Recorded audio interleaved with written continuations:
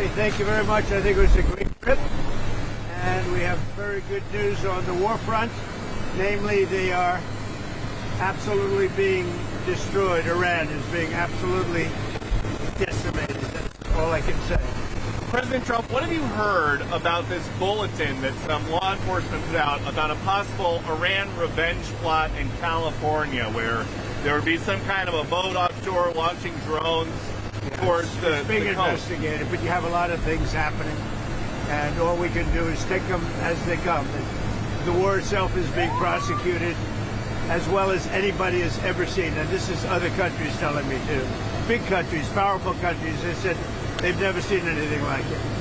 And they also agree with what I'm doing. They say it's an evil country, and it's been for 47 years that way. And if they try to hit us back, have you been briefed about how many Iran sleeper cells there could be inside the U.S. right now? I have been, and a lot of people came in through Biden with this stupid open border. But we know where most of them are. We've got our eye on all of them, I think. Is it dozens? They came in through the open border policies of Sleepy Joe Biden, one of the worst president in the history of our country.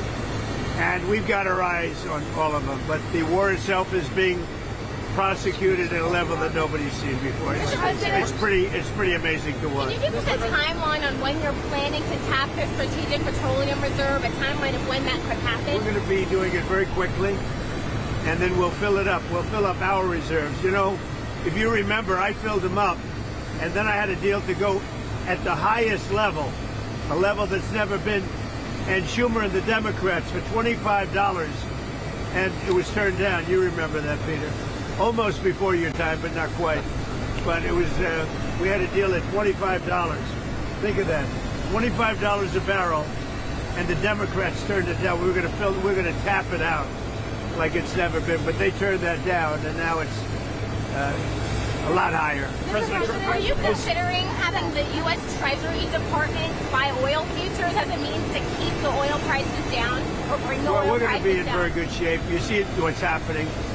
They are pretty much at the end of the line. Doesn't mean we're going to end it immediately, but they've got no Navy, they've got no Air Force, they've got no anti-air traffic, anything. They have no systems of control.